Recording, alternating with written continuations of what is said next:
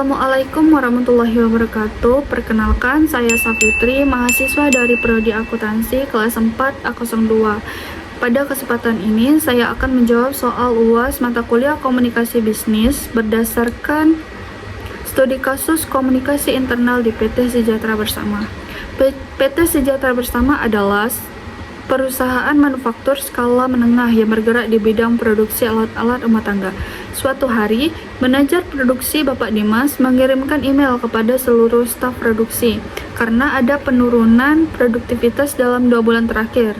Berikut email tersebut. Kepada seluruh staf produksi, dari manajer produksi, subjek kinerja produksi yang buruk. Kepada seluruh staf, saya kecewa dengan kinerja kalian belakangan ini. Pertanyaan yang pertama, identifikasi pendekatan penulisan pesan yang digunakan oleh Bapak Dimas dalam email tersebut.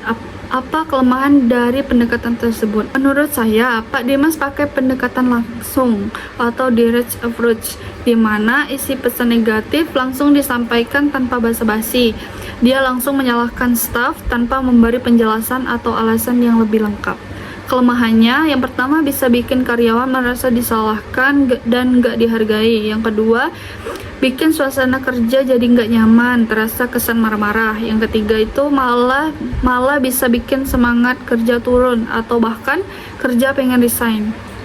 Baiklah, pertanyaan yang kedua, jelaskan 2 pendekatan alternatif yang lebih tepat dalam menyampaikan pesan negatif dalam konteks komunikasi bisnis.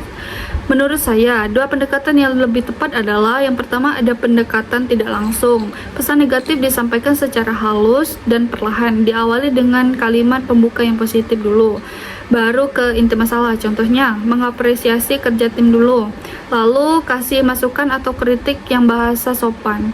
Yang kedua itu ada pendekatan empatik dan solutif. Artinya, selain menyampaikan masalah, juga menyampaikan rasa empati dan memberi solusi.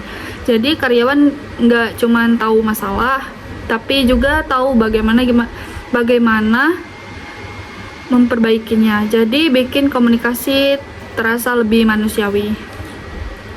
Pertanyaan yang ketiga, apa saja prinsip etika komunikasi bisnis yang dilanggar dalam email tersebut? Jelaskan. Menurut saya ada beberapa prinsip etika yang dilanggar. Yang pertama itu ada kesopanan.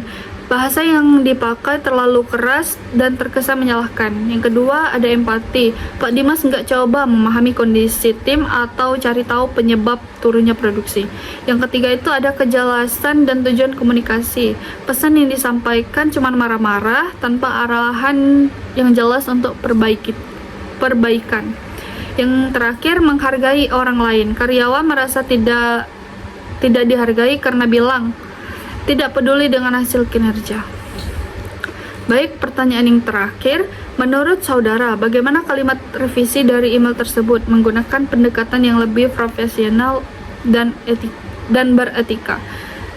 Kalau menurut saya, isi email yang lebih baik dan etis bisa seperti ini.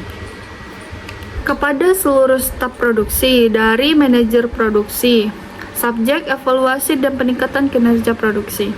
Halo rekan-rekan tim produksi, terima kasih atas kerja keras dan dedikasi kalian selama ini.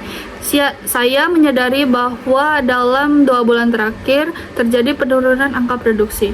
Saya yakin hal ini bukan tanpa sebab, dan saya ingin mengajak kita semua untuk bersama-sama mencari solusi terbaik.